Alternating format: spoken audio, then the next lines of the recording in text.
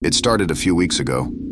I don't know where it came from or why it chose me, but every night, without fail, it's there.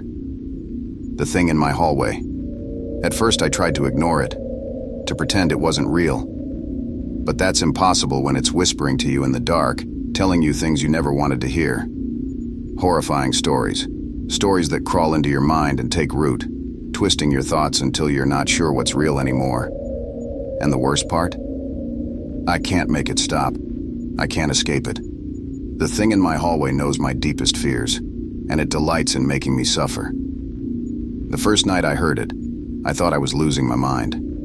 I'd been lying in bed, half asleep, when I heard something. Just the faintest whisper, like the wind rustling through leaves.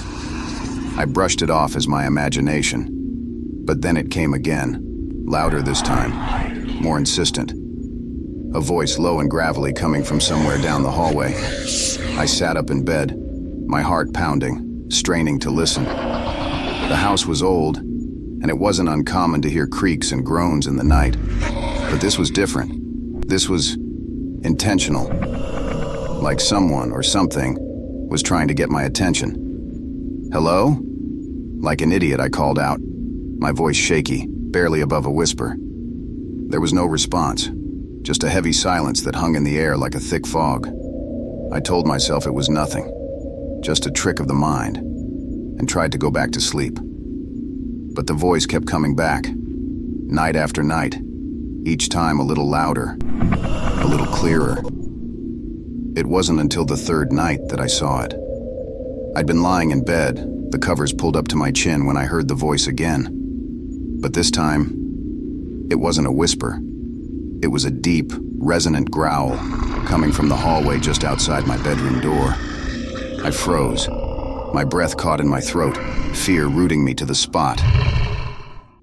Slowly, I turned my head toward the door, my eyes wide, searching the darkness. And then I saw it, a shadow, tall and thin, standing in the hallway.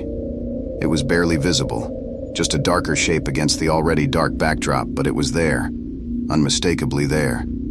I wanted to scream, to run, to do anything but lie there frozen in terror. But my body wouldn't listen. All I could do was stare at the thing in the hallway, my mind racing with 1,000 thoughts, none of them making any sense. And then it spoke. "You're awake. Good," it said, its voice like nails scraping against a chalkboard. I felt a shiver run down my spine, cold and sharp, as if I'd been plunged into ice water. The thing in the hallway didn't move, didn't step closer, but its presence filled the room, suffocating me. Who are you?" I managed to choke out, my voice barely audible. It didn't answer right away.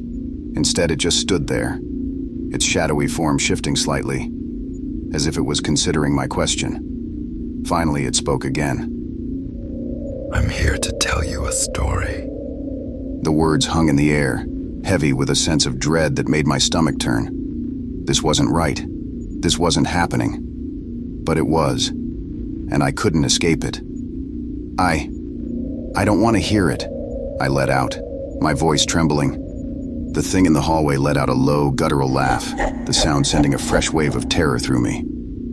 And just like that, I was frozen with dread. I couldn't move. I felt trapped inside my own body. "You don't have a choice. You'll listen. You'll listen because you have to." I couldn't respond. Couldn't move. All I could do was lie there, trapped in my own bed, as the thing in the hallway began to speak. The story it told was horrifying, more terrifying than anything I could have ever imagined. It wasn't just the words, though they were enough to make my blood run cold. It was the way it spoke, the way its voice seemed to seep into my mind, painting vivid, grotesque images that I couldn't shake, couldn't escape. It started with a small town, an ordinary place filled with ordinary people. But something was wrong in this town, something dark and twisted that no one could see. The townspeople went about their lives, oblivious to the creeping horror that was slowly consuming them, one by one. There was a little girl, the thing said, who lived on the edge of town.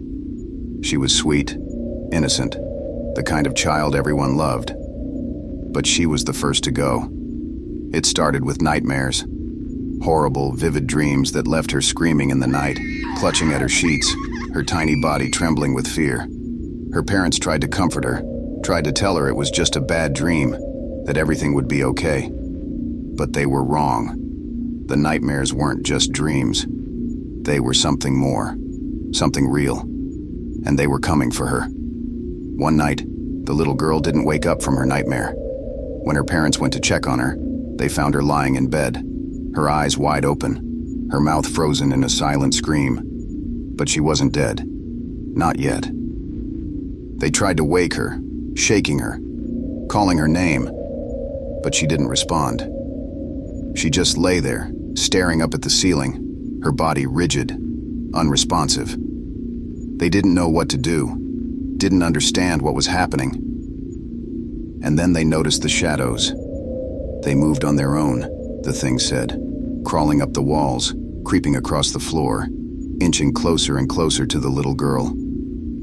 Her parents watched in horror as the shadows enveloped her, swallowing her whole, until there was nothing left but darkness. And then the shadows turned on them. The thing in the hallway described it in gruesome detail. The way the shadows twisted and writhed. The way they tore the little girl's parents apart piece by piece, their screams echoing through the house, but no one came. No one heard. No one cared. And when it was done, when the shadows had consumed everything, the house was silent again. The little girl was gone. The parents were gone. And the shadows, they went back to waiting. The thing in the hallway finished its story, its voice trailing off into a silence that was more terrifying than the story itself. I could feel the bile rising in my throat, my heart pounding so hard I thought it might explode. What? What the fuck was that? I managed to gasp, my voice hoarse, my throat dry. The thing didn't answer. It just stood there, its shadowy form shifting slightly as if it was watching me, waiting for something. Why are you doing this? I asked, my voice trembling with fear and anger. Another low, guttural laugh, the sound filling the room, making my skin crawl. Because it's fun. Because you're scared. And I like that. It said, its voice dripping with malice. I wanted to scream, to cry, to do anything but sit there and listen to this fucking nightmare. But I couldn't move. I was paralyzed by fear, by the sheer horror of what I had just heard. And then, just as suddenly as it had appeared, the thing in the hallway was gone. The shadowy figure dissolved into the darkness, leaving me alone, trembling in my bed. I didn't sleep that night. I couldn't. The images the thing had painted in my mind were too vivid, too real. Every time I closed my eyes, I saw the little girl, her eyes wide with terror, her mouth frozen in that silent scream. And the shadows. The shadows were always there, waiting. The next night, the thing came back. I was sitting in my living room, trying to distract myself with the TV when I heard it. The same low, gravelly voice coming from the hallway. My blood turned to ice as I realized what was happening. It was back, and it had another story to tell. Please, I whispered, my voice shaking. Please just leave me alone. But the thing in the hallway didn't care. It started to speak, its voice oozing into my mind, filling me with dread. This time it told me about a man, a lonely, broken man who lived in a small, dilapidated house on the outskirts of town. The man had lost everything, his wife, his children, his job. He was a shell of a human being, barely holding on to the last shreds of his sanity. But there was something in the house with him, something dark, something that fed on his misery. The man didn't know it at first, didn't understand what was happening to him. But the longer he stayed in that house, the more it consumed him, slowly, piece by piece. It started with small things, whispers in the night, shadows that moved on their own, cold fingers that brushed against his skin. He tried to ignore it, tried to tell himself it wasn't real, but it only got worse. The thing in the house grew stronger, feeding on his fear, his pain. until it finally had him in its grasp. The man's screams echoed through the night, but no one heard. No one came. And when it was over, when the thing had finally taken what it wanted, there was nothing left of him but a broken, hollow shell. And then the thing turned its attention to the next victim. The thing in the hallway finished its story, leaving me shaking, my mind filled with images I couldn't shake. I didn't understand why it was doing this to me, why it was telling me these horrifying stories. But I knew one thing. I couldn't take much more of this. I was already on the brink, and if this continued, I didn't know how much longer I could hold on. I tried to avoid it, tried to stay away from the hallway, but it was no use. Every night it came back, and every night it told me another story. Each one more horrifying than the last, each one digging deeper into my mind, twisting my thoughts until I didn't know what was real anymore. I stopped sleeping. I stopped eating. All I could think about were the stories, the images that haunted me day and night. The little girl, the man, the shadows. They were always there, lurking in the corners of my mind, waiting to pounce. I knew I was losing my grip on reality, but there was nothing I could do. The thing in the hallway had its claws in me, and it wasn't going to let go. And then, one night, it told me its final story. I was sitting in the living room staring blankly at the TV when I heard it. The voice, low and gravelly, coming from the hallway. I have one last story for you. Are you ready?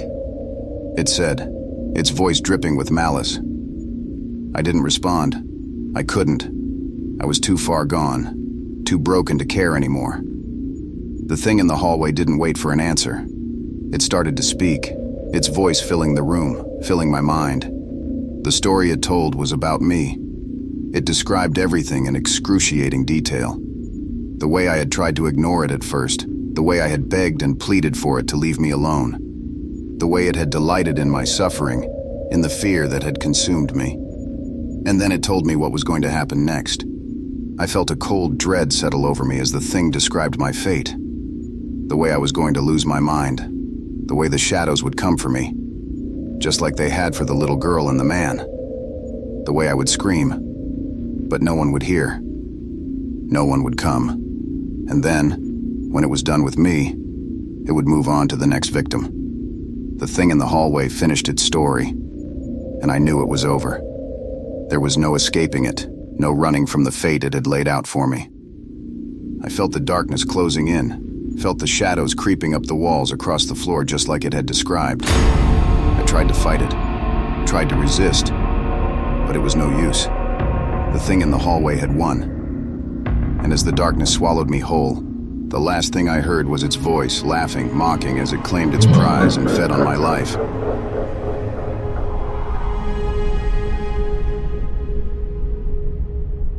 Thank you for listening. I hope I was able to create an escape from your daily grind. Well, until we meet next time.